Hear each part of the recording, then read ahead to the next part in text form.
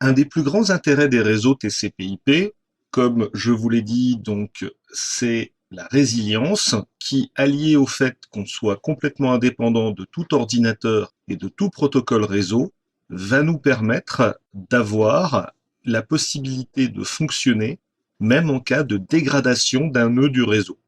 C'est expliqué par son historique de protocole militaire.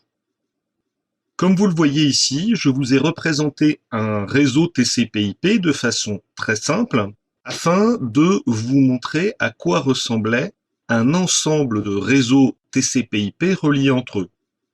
Chaque rond représente un réseau TCP/IP. Tous ces réseaux TCP/IP peuvent être reliés entre eux par différents liens. Exemple, le réseau numéro 1 est relié au numéro 5, au numéro 6, au numéro 2. Ce qui fait que si je veux, par exemple, envoyer une information du numéro 1 au numéro 8, je peux passer par le numéro 6, 7 et 8. S'il arrivait quelque chose au réseau numéro 6 et qu'il ne soit plus disponible, je pourrais choisir une autre route, la route 1, 5, 10, 8. Et j'arriverai de nouveau à la 8. Ça signifie quoi?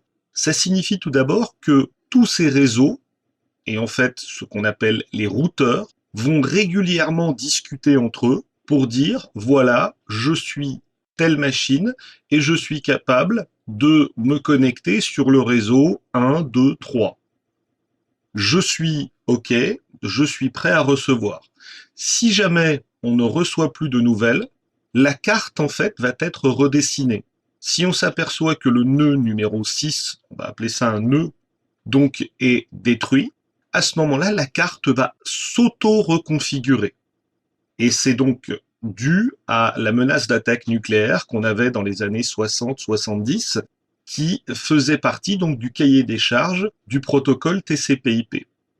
Donc en fait, il est tout à fait possible que si vous envoyez des informations par TCP/IP, par exemple un très gros fichier, une partie de ce fichier passe par ici, une partie de ce fichier passe par là, une partie de ce fichier passe au milieu, et que, par exemple, les différents éléments qui composent ce fichier arrivent dans le désordre. TCP/IP a ensuite des mécanismes pour remettre les paquets dans l'ordre et vérifier qu'il ne manque aucun paquet pour s'assurer que les données sont bien arrivées à destination.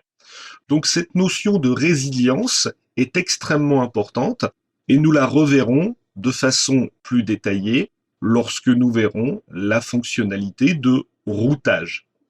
Donc ce dessin va nous être encore utile bien souvent.